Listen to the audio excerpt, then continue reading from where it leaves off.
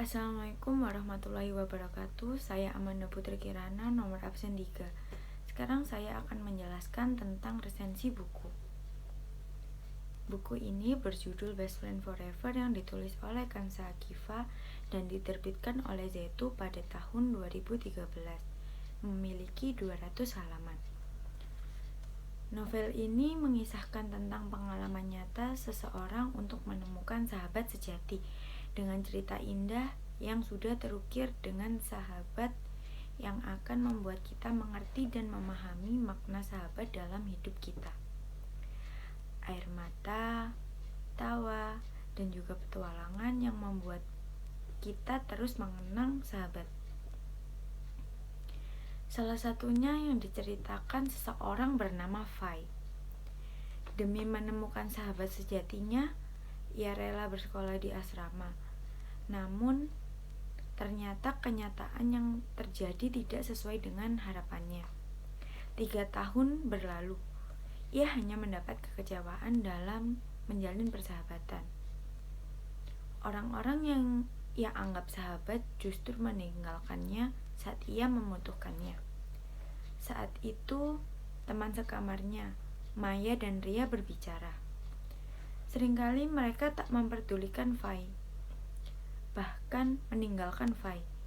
Padahal Fai berhari-hari tinggal bersama mereka, menghabiskan waktu bersama juga. Hingga Fai merasa semakin sendiri. Namun, beberapa kemudian, Sylvie mulai masuk ke dalam hidupnya. Fai menganggapnya sebagai sahabat. Sylvie masuk ke kamar Fai yang saat itu tak bisa lagi membendung tangisnya. Fai merasa tidak ada yang menyadarinya bahwa ia sangat membutuhkan teman. Fai merasa dirinya memiliki banyak kekurangan, hingga tidak ada seorang pun yang bisa menjadi sahabat sejatinya. Karena terlalu banyak pengorbanan yang ia lakukan untuk sahabatnya. Namun, lagi-lagi mereka menjauhinya. Fai tidak berharap banyak pada Sylvie untuk dijadikan sebagai sahabat, karena ia merasa semua teman adalah sama, hanya datang ketika membutuhkan, ketika selesai kemudian dicampakkan. Seringkali Sylvie datang ke kamar Fai untuk bercerita tentang Lara yang semakin menjauhinya. Lara adalah seseorang yang dianggap sahabat oleh Sylvie, yang kemudian juga menjauhi Sylvie. Seketika itu tiba-tiba terucap dari bibir Fai, "Jangan merasa sendirian gitu dong. Kalau lo sadar, Vi, Allah kan selalu bersama kita. Kita gak pernah sendirian. Kalau kita masih ngerasa sendiri, berarti kita gak inget sama Allah." Sesaat Fai tersadar kata-kata yang terlontar dari bibirnya juga sesuai dengan hidupnya. Sylvie tiba-tiba memeluknya. Ia menyadari bahwa selama ini Fai lah yang menemaninya, mendengarkan curhatannya. Sylvie kemudian merasakan kehampaan sejenak. Air matanya lagi-lagi meledak. Fai juga mulai menyadari bahwa selagi ia ingat Allah, ia tak perlu mengatakan ingin menjadi sahabat pada seseorang. Bahkan, orang lainlah yang ingin menjadi sahabatnya.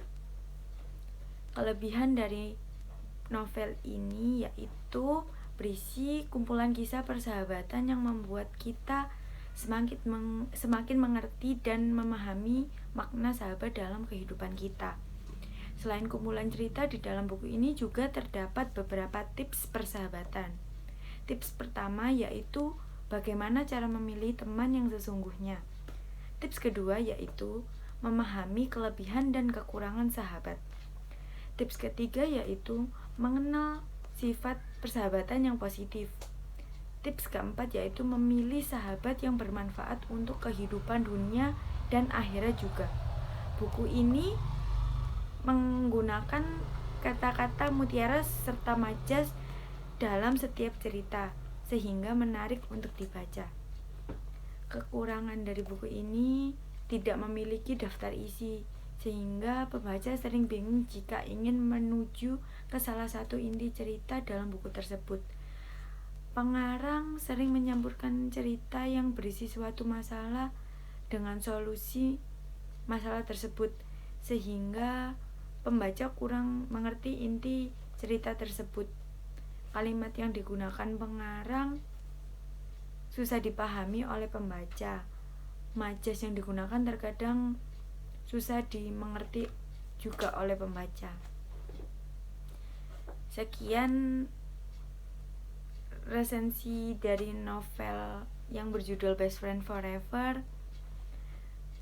Terima kasih.